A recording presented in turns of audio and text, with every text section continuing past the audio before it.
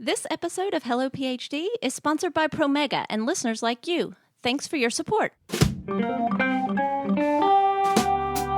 Work smarter, not harder, Dad. That's my philosophy of life. That was my philosophy in graduate school, and I think it worked out okay for me. You did all right. I just don't need another award. I've got too many. Welcome to Hello PhD, a podcast for scientists and the people who love them. This week, we share the secrets for winning a poster award at your next conference. Stay with us.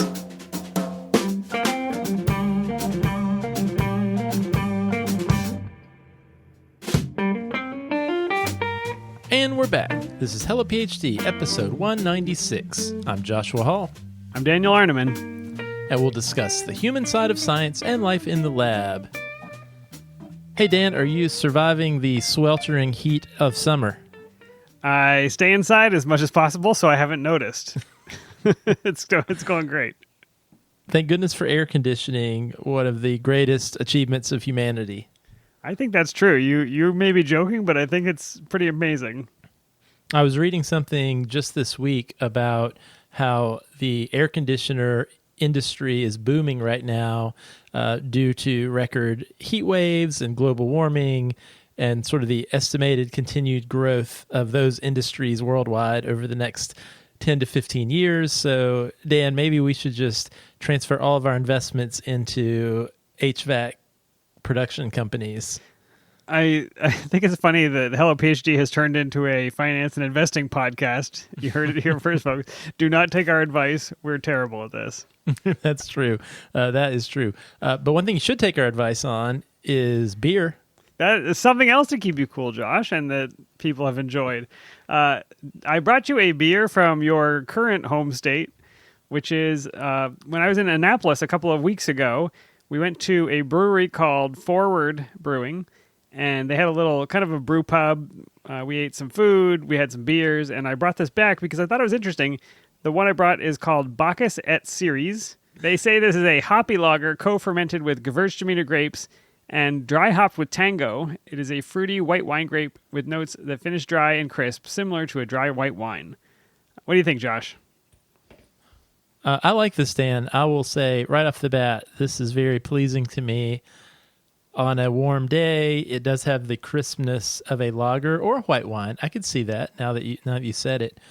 But as someone who enjoys an IPA, but I've been looking to expand my palate and expand my typical beer selection, I think this is a good middle ground for me because it's got the crispness of a lager, but definitely the hops are present too that harkens an IPA for me. Yeah, it is. I would say it is toward the IPA end of the spectrum. It is. If you order this thinking you're getting a lager, it's going to taste a little bit more bitter for you, but it is refreshing, and it comes from Annapolis. So we've done, I think, 2 drinks now from that general region of the world. Is that right? Yeah, Maryland has been well represented on this show, Dan. I think I'm hopeful that this is convincing you to move up to Maryland, and we could record in person again in Maryland. What do you think? I don't know. It was weird to be back together last time. It was just like, so I'm used to seeing your face in a tiny little picture on my computer screen. I'm not accustomed to like staring deeply into your eyes while we podcast. So it was a little off-putting for me. It's like we always used to do. That's right. Yeah, we did. I do want to say though, I like this beer. I would definitely recommend it.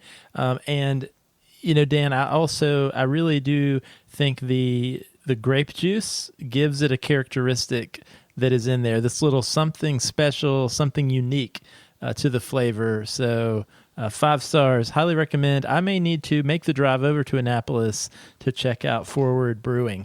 I'll bet you they distribute it near you, and hopefully this makes up for the Cheerwine Ale that I made you drink a couple of weeks ago. I'm still recovering. All right, Josh. Well, another recommendation I can make is that if you have career goals in mind, I recommend that you make sure that you and your PI are on the same page. And you can do that by creating an individual development plan, also known as an IDP, that ties your responsibilities and learning objectives to your professional growth. And it's something you can have a conversation with your PI about. You can learn how to write an IDP by going to promega.com/helloidp. So check that out. It's a great resource. All right, Dan, let's move on to our topic of the week.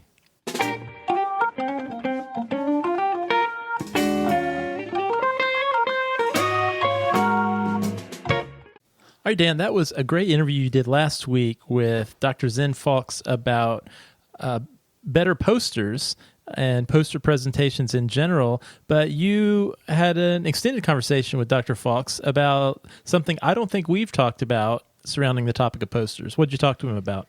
We covered the concept of a poster award or a poster competition, and you'll hear in the beginning of the interview, Josh, that I don't know much about poster awards. I didn't compete in one. I certainly didn't win one.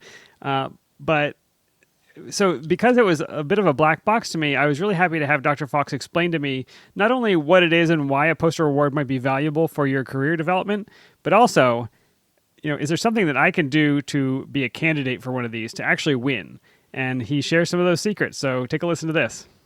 Today, I'm joined once again by Dr. Zen Faulkes. Zen, welcome back to the podcast, and thanks for making the time.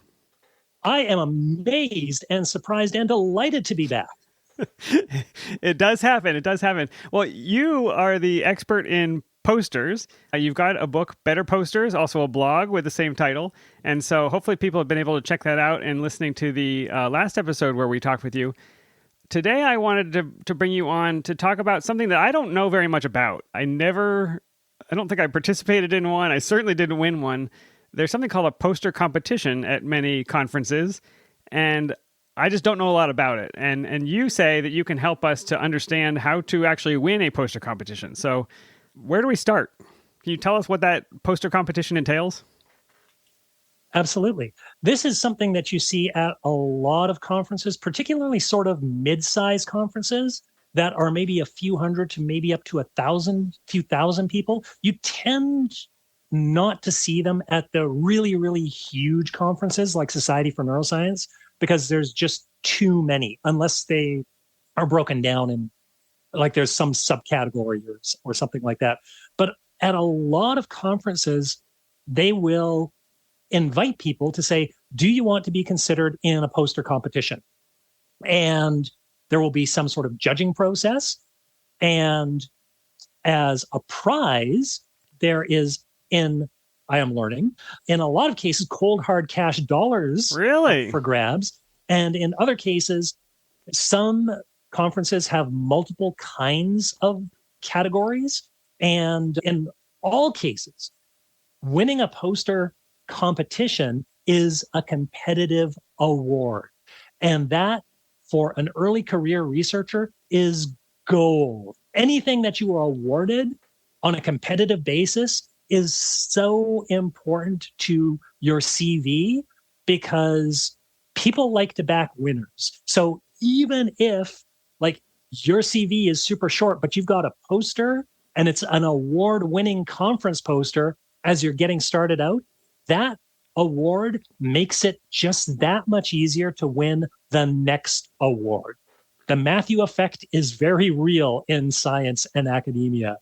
And it gives people reviewing your CV a shortcut. They say, I don't know a lot about this person's work, but these other people judged it to be very exciting and useful. Stepping back 2 steps, what kind of money are we talking? What is it? Is it money that goes toward your research? It's just cash in your pocket? As a graduate student, I could have imagined really wanting some cash in my pocket. I've been sort of looking around, and I have not found what the best paying competition is. I don't think it's going to be like the Poster Pro Tour that you can just go around from conference to conference and win off the livings like NASCAR. Right. Or anything like that. It's going to be more like, you get a little bit of your conference costs subsidized, or you maybe get like a couple of movies and nice dinners out of it. I've seen a few that were a few $100s. I think I might have even seen that one that was $500.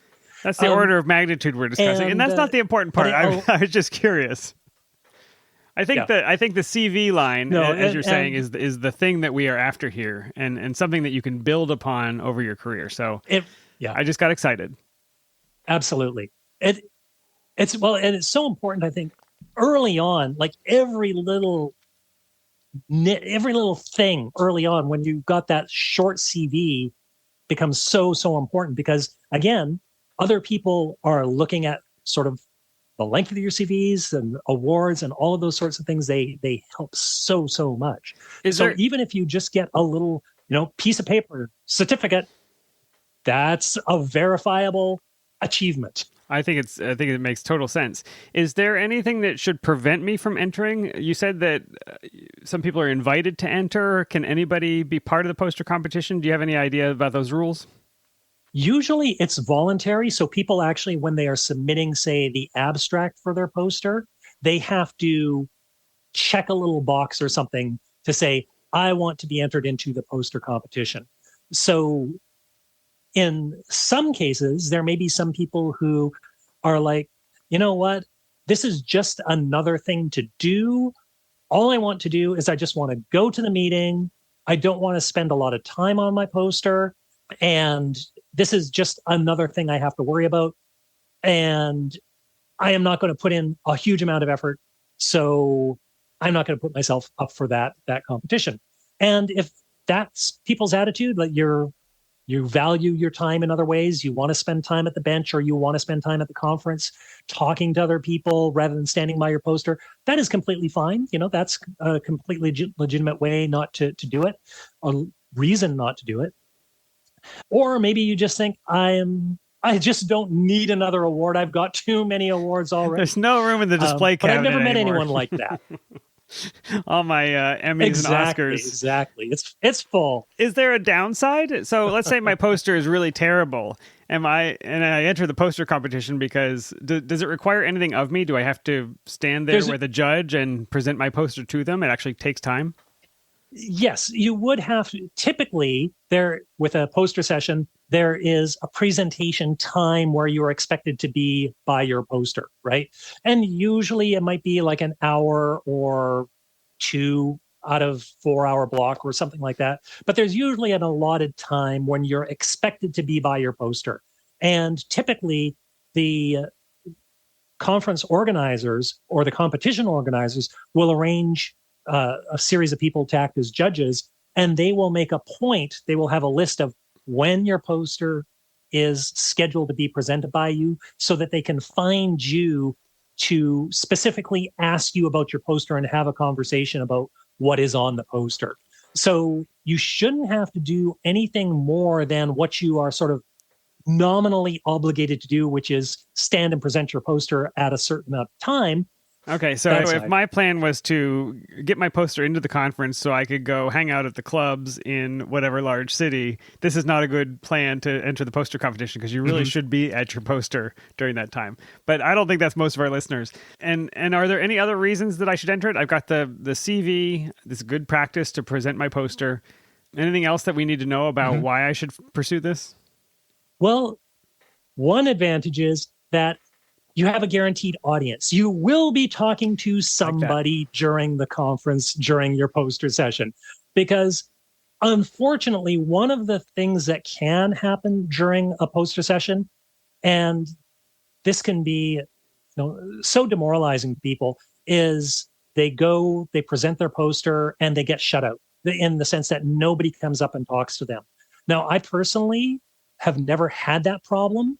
But I know that there are some people who, for whatever reason, they just never get anyone who comes in and talks to them during their poster.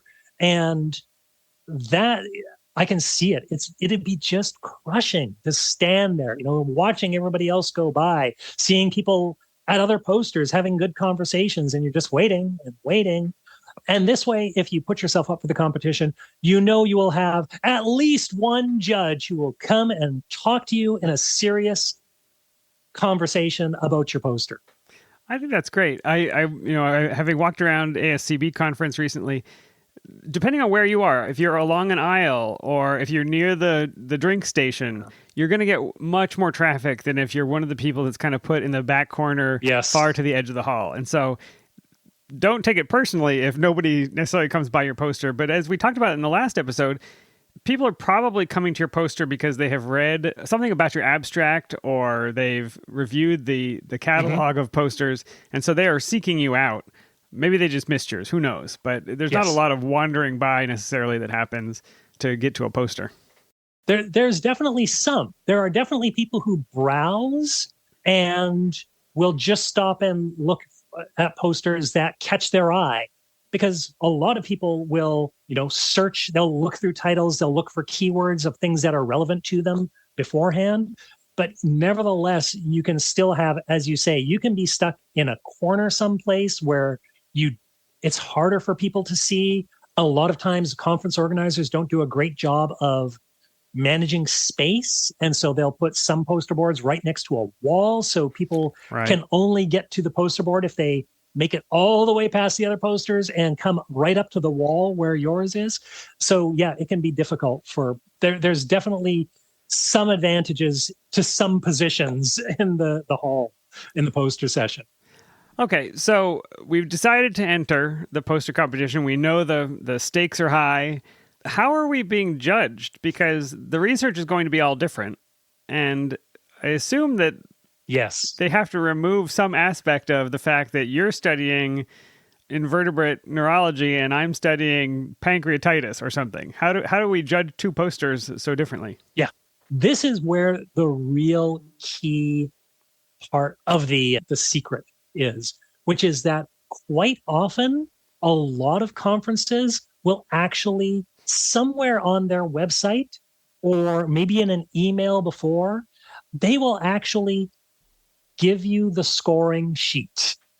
They will show how exactly the things that people are going to be using to judge the posters on.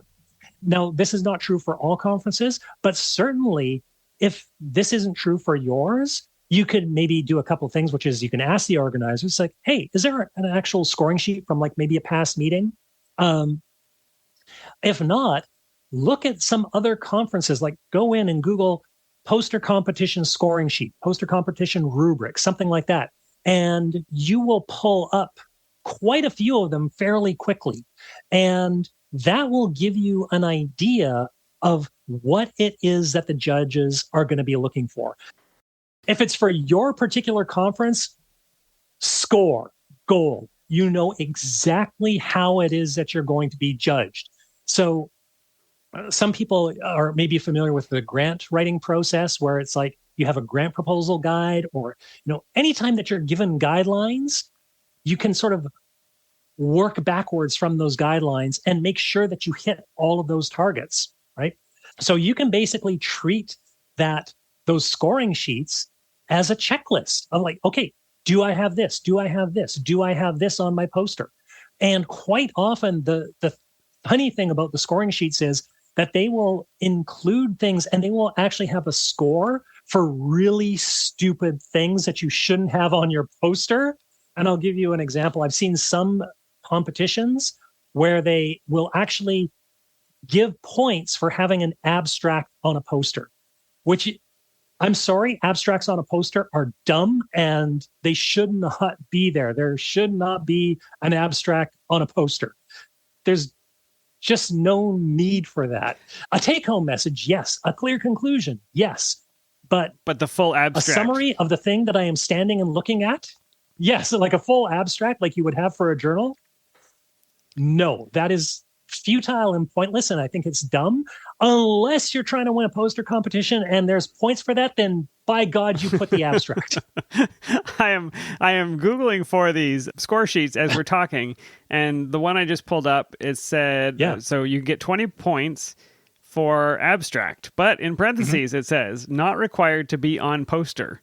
I have no idea what that means. I guess that means in the conference documentation, maybe they print the abstract and that's good enough. That's probably what they're doing because, usually what happens with many, many conferences, right, is that in order to plan, they want a title, the authors, and an abstract so that they can make that available on the website for people so they can plan what posters they want to see before they get to the conference. So they may be judging the written abstract, but it may or may not be on the poster. Sometimes it is required to be on the poster.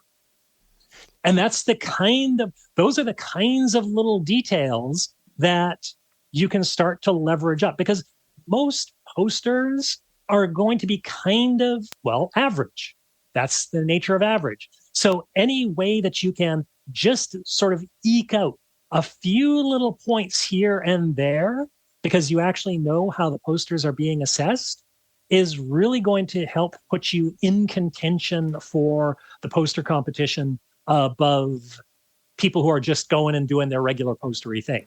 This is so good. Yeah, I've looked at 3 or 4 of these now. The one I'm looking at now says abstract quality, 5 points total. So much lower value according to this particular one. But if it's absent, you get a 0. So again, to your point, know the rules of this particular conference. If you had a poster and you presented it at a different conference, that may not be the same poster you should present at your new conference because they may have totally different rules. But what you do find when you start looking at a lot of these, because you may be unlucky and maybe that particular conference has a poster competition, but maybe they don't have a scoring sheet, or maybe it's being handled by some other group and maybe they don't want that, which is fine. But in that case, what you can still use are just other conferences, because what you'll see really quickly is that there's a lot of similarities between them.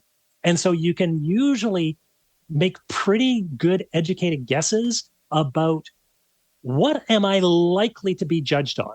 And having looked at a lot of these, I will say, for instance, in most cases, I will say that I've looked at a lot of award-winning conference posters because I've written the blog and I follow that. That's my thing. And in many, many cases, the award-winning posters visually, graphically, are not very good. They're very, very average looking. Really? And that's because usually, yeah. I actually have a paper where I looked at award-winning papers from one of the biggest meetings in the world, the American Geophysical Union, their annual December meeting. They have a poster competition for undergraduates and graduate students. And a lot of those posters are ugly. This is not a comment on the science contained within the poster or anything like that, but just visually, a lot of them are very, very run-of-the-mill posters. And in some cases I look at them and go, wow, there's so many ways that they could be improved. So this is really the key thing that in most cases, what's really going to weigh heavily in a poster competition is the actual science or scholarship or the content of what you're doing and how you're presenting it. And so what tends to break out in the score sheet and different things is, what is the question that is it an interesting question? Is it an important and relevant question? Do you have a clearly stated hypothesis? This is actually one that turns out to be really, really hard and that a lot of students really, really struggle with. How to clearly frame a hypothesis versus just a generic research question. Do you make a prediction? Do you have results that are analyzed statistically or appropriately? It can be phrased in different kinds of ways. Is there a clear conclusion, a clear take-home message? All of those kinds of things are all about how cleanly are you presenting the scientific content within your poster. And that is usually the primary thing that posters are being judged on. And then it's like, is it legible? Can I read it? There's a couple of points for that. But that's really the key thing that you have to work on, is figuring out, okay, what is going to be the best way that I can present the scientific side of the poster and really show that that it is high quality research, because that is what ends up being important in a lot of cases. Yeah, that makes so much sense. And I think to your point, that is really revealed in these score sheets. The one I'm looking at this moment gives, I'd say, 60 or 70% of the points for, does your introduction section provide concise background information? Again, clearly stated objectives and or hypothesis. Did they use the appropriate methodology to assess the problems? But there is a section for appearance, and is the overall appearance good? Is the color balanced? Is the font easy to read from a distance? But again, that is a small portion of the overall score. And so I could produce brilliant science, clearly described, and ugly as sin, and win this award. Yep, you absolutely could. On the other hand, you could be the Michelangelo of posters and that's my goal. Have a fantastic looking poster, but you don't label your error bars. And when this judge asks, what are the error bars? Are they standard deviation, standard error, or confidence interval, or minimum and maximum? And you go, I can't remember. Ooh, tick that box down. You've got something on your poster and you don't even know what it is. That's not a good look. Your poster looks great, but you can't answer a basic question about the graph.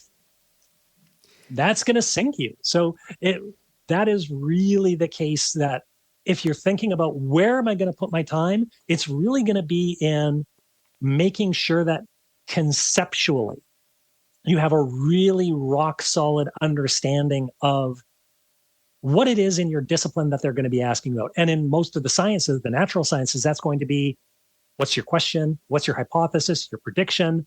What are the statistical tests are you doing? Those kinds of nitty gritty details end up weighing quite heavily. So you really want to have those in really, really solid. And if you can make your poster beautiful, great. But if you're just thinking about how to maximize your time, you really want to work with other people, get that feedback on how can I best explain what it is that I am trying to do to show that it's high quality research. I really like the idea of taking, let's say you found this rubric for your particular conference. I really like the idea of taking it to one of your graduate student colleagues who is not so familiar with your research necessarily, and saying, look over my poster with this in mind and give me scores. Help me to see the places where I'm not actually connecting the dots between my hypothesis and my results. And I'm not really connecting the dots between my results and my conclusion. And because as the person who did the research, I know all the dots, right? I'm in my mind, I have filled in all the blanks. Yes. But I may not have written them down. And so I think having somebody who is not quite so familiar look through your poster with you. Exactly. And this is the challenge of becoming an expert in anything, right? You know it, and you forget that other people don't know it. So you know exactly what your hypothesis is, and it's just really easy to blow by that and forget, oh, it's not explicitly stated anywhere on the poster. So even if you are there describing it to the judge and you say, my hypothesis is, the judge may still be looking for, is it on the poster, right? Those are the kinds of details where it's really, really easy to forget some of those little pieces. So getting assistance from other people becomes so useful in that kind of context, and getting their feedback. You want to find people whose opinions you trust and who are willing to tell you when you're being stupid. That is the best kind of friend that you can have, right?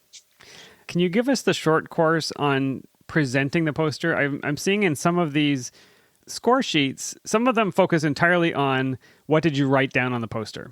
But there are some that say presentation elements. This one says the student addressed the audience, not the poster. Speaking volume, speaking clarity, mannerisms. Yes. So can you walk us through the actual presentation portion?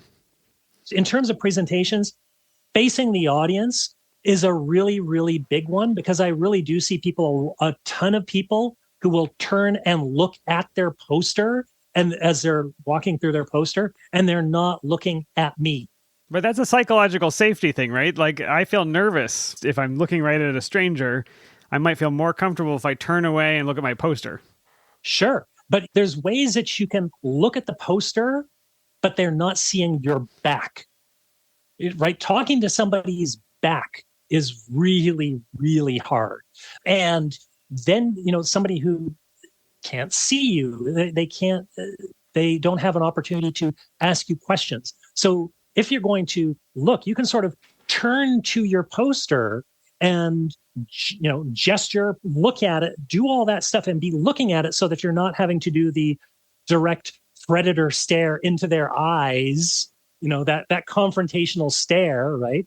No, you don't want that. But that way, they're at least facing the front of your body and not looking at the back of your head.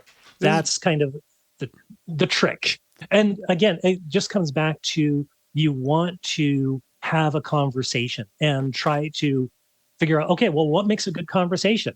I think everybody in the last few years has been on Zoom calls where there's nobody who has their camera on, right?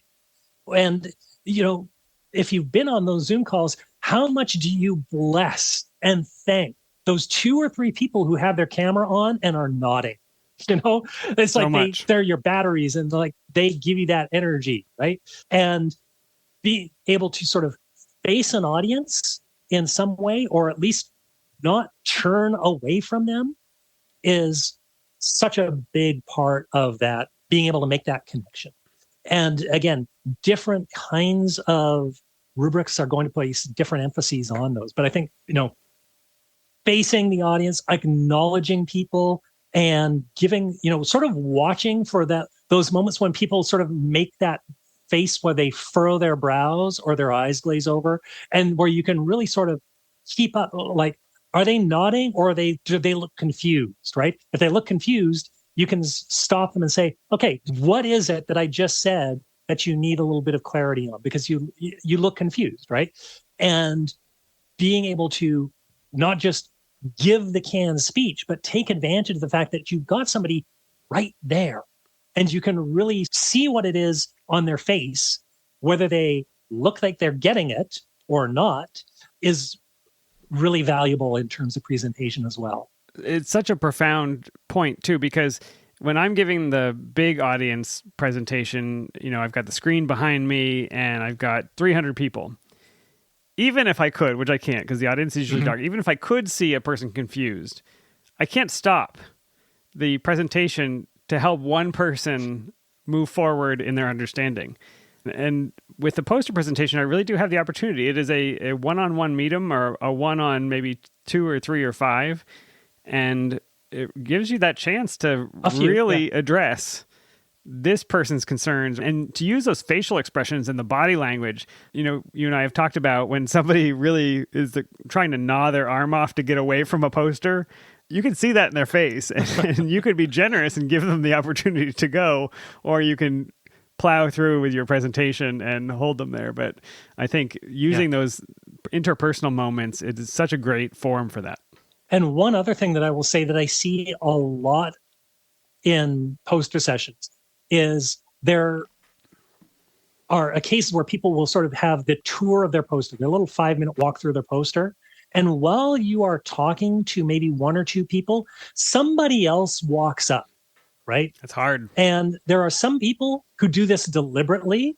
So they do this deliberately because they actually are trying to sort of lower that intimidation threshold. So they're just trying to come in, and they are deliberately lurking. They're deliberately eavesdropping. But one of the things that I have noticed is that sometimes people get so caught up in the conversation with the people who are already there that there can be maybe 2 or 3 or more people who will walk up who are clearly interested in the poster, and they want to talk to you about the poster, but you get so involved with the existing conversation that they end up walking away. Yep. And they don't come back because there's too much other stuff, or they might not come back. So another thing that's, I think, is really important when you're giving a presentation is when somebody walks up to the poster, acknowledge them. Even if you're deep in conversation with somebody, just sort of take a second to turn, say, hi, I'll be right with you, or sort of move so that they can be kind of in the circle, that they're not sort of looking over your shoulder at the poster or anything like that. Because after all, one of them might be a judge. Right. Because judges don't always announce in a poster competition that they're a judge. They just look like all the other conference goers. And some might say, I'm judging the poster session, but they don't always do that. And so you kind of have to treat everybody as potentially somebody who's going to be assessing your poster and your presentation. And you do not want to be so deep in a conversation with somebody that a judge gives up and walks off.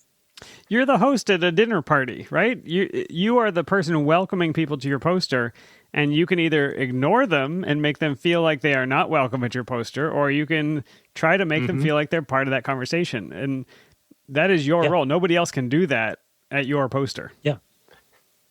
And again, a lot of people they just want to eavesdrop. But even then, it's still possible to let them eavesdrop and be that sort of low key following along, and still make them feel like you recognize that they're standing there and you're not ignoring them, right? Totally. And do you see other common foibles, traits, habits that crop up in poster presentation? I think, as I said, the other thing that I see people forgetting to do is asking people, what's your connection to the research, right? And saying, what is it that you're here to get? And I think that is just so important in having that conversation. They might tell you they're the judge. That'd be great to know. That they might tell you that if they're I was required to come look at your poster. I didn't want to, but this is the rules. One of the hardest parts, I think, of presenting a poster, and one of the things that you may be judged on, is how you answer questions. And do you have any advice around that? That can be so nerve-wracking to be asked a question maybe you know the answer to, and maybe one that you don't. And there's going to be a part of the back of your mind that says, I need to bluster or word salad or something to fill the space instead of saying, I don't know the answer to that. So what advice can you give us for dealing with those tough questions? I think that there's a few things. When you have been in this for a while, one of the things that you start to learn is common weak points. And one of mine that I have caught an amazing number of people on is I look at the graphs and I say, what are the error bars showing? And they don't know. And it's just become a point now where I ask it to people a lot, just kind of to see if they know or not. So usually things like knowing what's on your graphs is something that sounds really easy, but a lot of graphs have a lot of detail on them. And so people will quite often ask about particular parts of the data. Now, one of the things that you can do to help prepare for that is, again, before you go to the conference, if you, again, reverse engineer this so that your poster is ready a few days before you have to travel, right? Give sort of a mock presentation of that. Show it to other people in your department. Show it to other students. Show it to other faculty. Honestly, I know that many faculty members, this is one of their favorite things is to see a student talking about their research. So even if it's just somebody in the department that maybe you've not taken a class with, or you maybe don't know real well, but if you can just sort of go around to a few offices and say, hey, I'm going to a conference next week. Can I show you my poster down in the conference room? Can you just take 5 minutes or something like that? A lot of faculty are going to be really willing to help you out and give you 5 minutes to look over your poster and ask you questions about it. And when you have the second or third person who's asking, I don't understand what this graph is showing to me, time to go back and maybe there's time to revise that graph or do something, explain it better. Because typically the first explanation that you give of something is not going to be the best one. It takes you a few tries to really drill down and give a nice, concise explanation of your graph or your story. And so just being able to practice that with a listening audience is going to expose a lot of the potential cracks that you can maybe fill before the conference starts. Well, and I just love your optimism that I'm going to have my poster done before the night of the conference. I aspire to it, and I love that you think that it's possible. Hey, do you want to win or don't you? Do you want to learn Kung Fu? I do. What else? What else do we need to know to win this poster competition? Yes. Well, okay, I suppose there's one other thing that can be worth thinking about.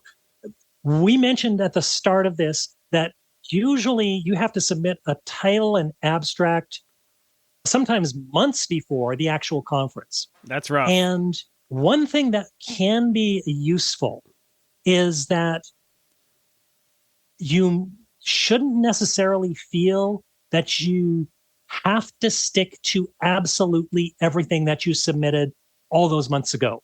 So if you think of a better title that is more on point, say, or you realize that there was an error or there's something that you could have done differently, don't feel that you're obliged to stick with the thing that you submitted those months ago. Make the updates. And I will say this, the title, I come back to that in particular, because titles are so important and they're so underrated. And just remember that for most people at a conference, the only thing that they'll ever see about your poster is the title. So a title is absolutely critical. That they're going to look at your title and from that decide whether, in most cases, decide whether to stop or not, whether it's relevant to them or not. And nobody comes up with the best title on the first try. So you really have to iterate and try multiple titles, and you are very, very unlikely to get your best title on the very first try. So be willing to revise the stuff that you were doing all that time ago. And just as we were just joking about, so many people do the posters at the last minute. If you want to win, you really do have to leave yourself that additional time to really stress test the poster, where you really are going to spend a little bit of time making sure that it is good, and not the week before spending 2 days, which is what most people do. Most people spend about 2 days making a poster. Not enough time. Can I ask about titles? Because I've seen a lot of different forms, and I can't tell whether you're saying the sort of dry description of what the research found is good, or whether I want something punchy, or I need to have like the statement and then the semicolon and the subtitle. Like, what are we after here? The title. Am I trying to be provocative? Like, what is the? This is why titles are hard, yo. This is why titles are hard, and different people have different approaches to them, and there's pros and cons to them. With a title, personally, I like to make that a statement of what I will learn, of what is the main finding of the project. So that if somebody just reads my title, they've learned something. They've learned something they didn't have before. I don't like titles which are just like the effect of X on Y. Yeah. Well, you take two things and it's like, well, okay, if you're saying that there's a relationship between X on Y, does X increase Y? Does X decrease Y? Does X have no effect on Y? You know, you've done the research, you can tell me. Don't just say a generic effect. Yep. Just tell me what the effect is, right? Exploring the impact of Australian snakes on the ecology of something. Like, okay, you're exploring it. Yes. Great. Yes. So you definitely want your title to be short. You don't want a long title that runs on for, a very long time. And again, that's partly just because of the physical nature of the poster. If you have a shorter title, you can have the text bigger. And we talked before about the importance of fewer words, plain English, larger text. That just is a winning combination. And so if you have a very long title, you're going to have to make it smaller, like physically smaller point size, and it's going to be harder to read. Now, you can go too short, and you can make a title which is confusing. I'll give you an example of my own. I did a poster which was Cloning Crayfish Cell Culture, 4 words. So I kind of won in terms of short, but it was too short, I realized, because the cloning, well, is that referring to the cells? Or is it referring to the crayfish? And so I realized after the fact, I had gone too far and I needed to make just a few more words. It should have been probably cell culture from a cloning crayfish. Very different from what I expected. Yeah. So it's still pretty short, but better than the one I came up with. A few other things. A lot of people like to have questions in their titles. There's a little bit of research on that, which shows not from posters, but from actual published papers, that papers that have question marks in their titles, that ask a question, that you're supposed to read the paper to get answered actually have lower citation rates. So I sort of look at that and go, that's maybe an indication that you're overloading people and that maybe you're asking too much for people to, here's a question. Do I care about the answer? What might the answer be? All of these sorts of things. You're making people work for that. And I realize that the goal there is a good goal because you're trying to lure people in with a mystery, right? Right. Exactly. Everybody loves a mystery. Like if you pose the question, will that be an irresistible mystery? But you've got to remember that people have to be in the right frame of mind for that. And conferences are very busy, very loud, and people are tired. And just the idea of, do I have to actually work to understand this? I came to the conference to learn a few things. I'm not trying to do an escape room here. This is not the time. And so I tend to warn people away from trying to be clever or funny because, again, people are tired, people are standing a lot, and jokes are tricky, because when people don't get a joke, it's like there's few things that are less fun than trying to explain a joke.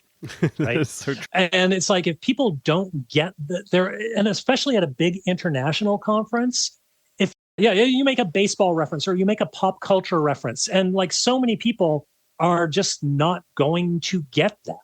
It won't seem funny to them. It will just be puzzling.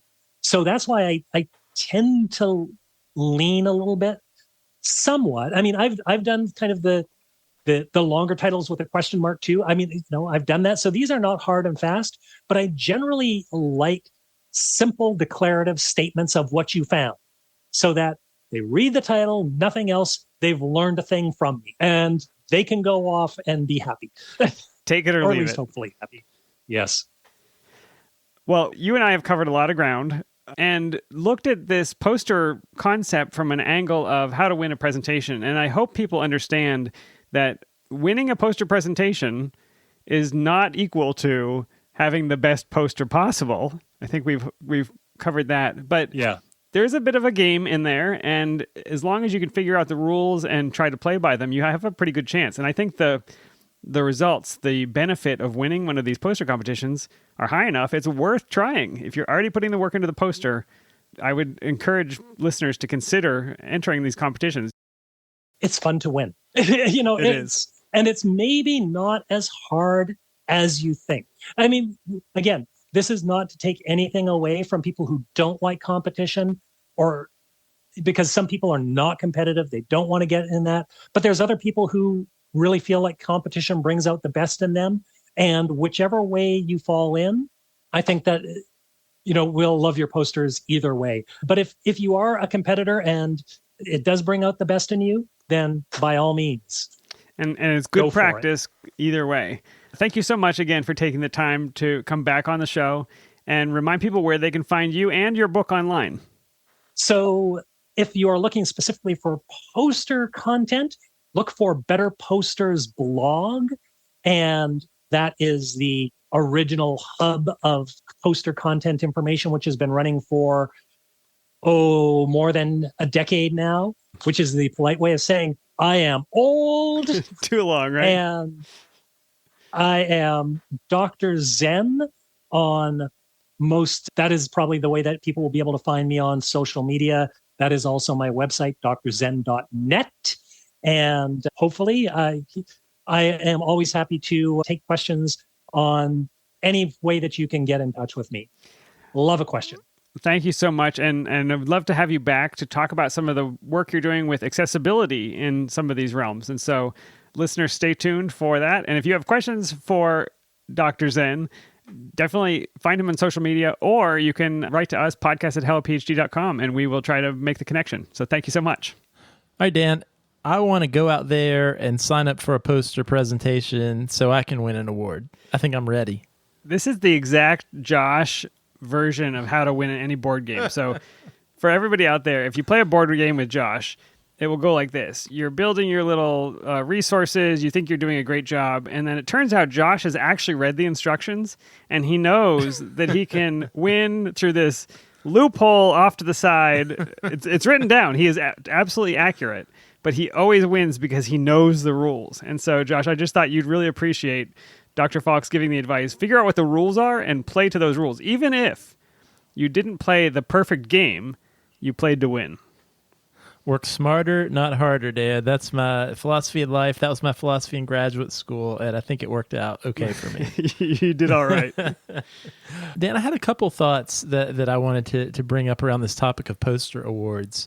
You've judged some, haven't you? Over the last 10 years or so, I have judged a bunch of posters. I'm not presenting posters very much when I go to conferences, but several times a year I find myself as a poster judge. And so it was interesting to to listen to this topic from that point of view. Dan, one thing I can say for myself as a poster judge is very seldom is my score when I judge a poster driven by the way the poster looks, but it really is driven by that interaction that I have with the presenter and the way they connect with me and the way they share, the way they're able to communicate their project, their science, the big picture, and why I should care about that. I think the best presenters do a good job of learning about who you are, what you know, and making it interesting for you. So it's not even so focused on the physical poster itself. Is that what you're saying? When you're judging those posters, it's really about, am I learning something from this person? Yeah, that's true for me. And, I think you could look at it two ways. One, often, when I go away and sort of enter my scores in and reflect on the presentation after we're done, and what sticks with me is the presentation itself. So thinking about it on the flip side, or thinking about it another way, someone could have designed the most beautiful, perfect, engaging physical poster, but if they weren't able to present it well, or if they just stared at me while I was standing there judging their poster, there's no way that would have received high marks. Because again, if it was just about the poster, the physical poster itself, you wouldn't need to be there, right? We wouldn't judge you at all. We would just walk around looking at the posters and see which one, which piece of paper got the point across the best. But the other thing I wanted to say was, as you mentioned, Dan, you never won a poster award, though I think you presented posters. I presented my fair share of posters during my career. I don't believe that I ever won a poster award either. And so I did think it was important to say, we spent a lot of time today talking about that as a thing you can do, a goal you could have, and you might as well. If you're going to be presenting a poster at a conference, there's the opportunity to win an award. It can look really great on your CV. It can certainly be a boost. A lot of times there's a cash prize, and nothing wrong with that. That's always great. A little bit of recognition and visibility at the conference if there's an award ceremony.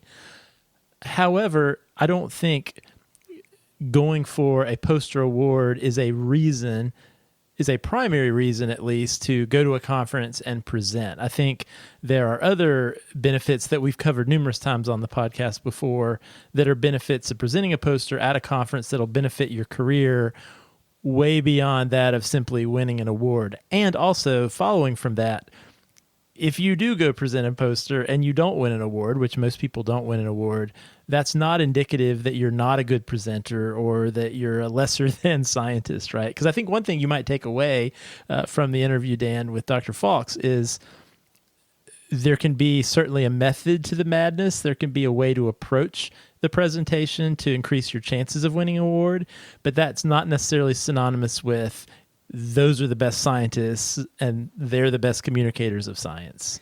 So I think it's important to state that. You're so right. If you don't win the poster award, you should definitely quit science and go find a different career. I think that's what we're saying. No, and Dr. Faulkes, I think, is giving us the secrets behind it to help maximize our success. But at the same time, Josh, to your point, I think it's a matters of degree. It's a fractions of a few points that might make the top poster versus the second poster versus the 50th poster. And so I think all we're trying to describe here is, if you're going to make this poster and you'd like the chance at the CV item, here's a way to do it. Here's how to just, even if you don't expect to win the poster presentation or the poster award, here's a way to make sure that you have everything on your poster that somebody expects to see. So I think it's just a way to exercise that aspect of your scientific training. And yes, you should not quit science if you don't win the award. But I think, I'm a numbers person, Josh. Your odds of winning are pretty good if you enter. Your odds of winning if you don't enter, extremely bad. You miss every shot you don't take. Exactly. All right, Dan. Well, thanks for doing these interviews for the last 2 episodes. Obviously, posters are a topic we've covered before, but I feel like this added a new dimension. And after 196 episodes, Dan, I'm always intrigued when we can cover new ground and actually broach a topic surrounding grad school and science that we have actually not talked about before. And this episode, I believe, would be classified as such. So thanks for that. Well, stay tuned. There's more in the hopper. If there's a question you'd like for us to answer or a topic idea you have, we'd love to hear it. You can email us, podcast@hellophd.com, or you can send us a tweet at hellophd. I'm on Threads, but I don't think HelloPhD has entered the world of Threads yet. So if you think we should do that, let us know. But if you'd like to support the show, the best thing you can do is share it with a friend, a lab mate, or your department listserv. We reach new listeners entirely by word of mouth, so we need your help. If you'd like to support us, you can become a patron. Simply go to our website, hellophd.com, click the Become a Patron button, or you can visit patreon.com/hellophd, and we would appreciate the beer money, and we appreciate the ongoing support from all of our patrons. What you got, Dan? Where else should we be? Blue Sky, Mastodon, TikTok. We get emails about why we're not on YouTube every week. I don't know. I feel like that is low-hanging fruit, Dan. We just need to figure out a way as part of our workflow to just post these audio episodes onto a YouTube feed, because a lot of people do listen to YouTube audibly, like listen to YouTube without the video part, I think, while they're working. I know that's a thing people do. Big audience. So maybe if that's something we should do, let us know. Or if you have ideas for how we can do it, let us know. All right, Josh. Well, we will see you next time, maybe in Maryland. I hope so, Dan. I hope so.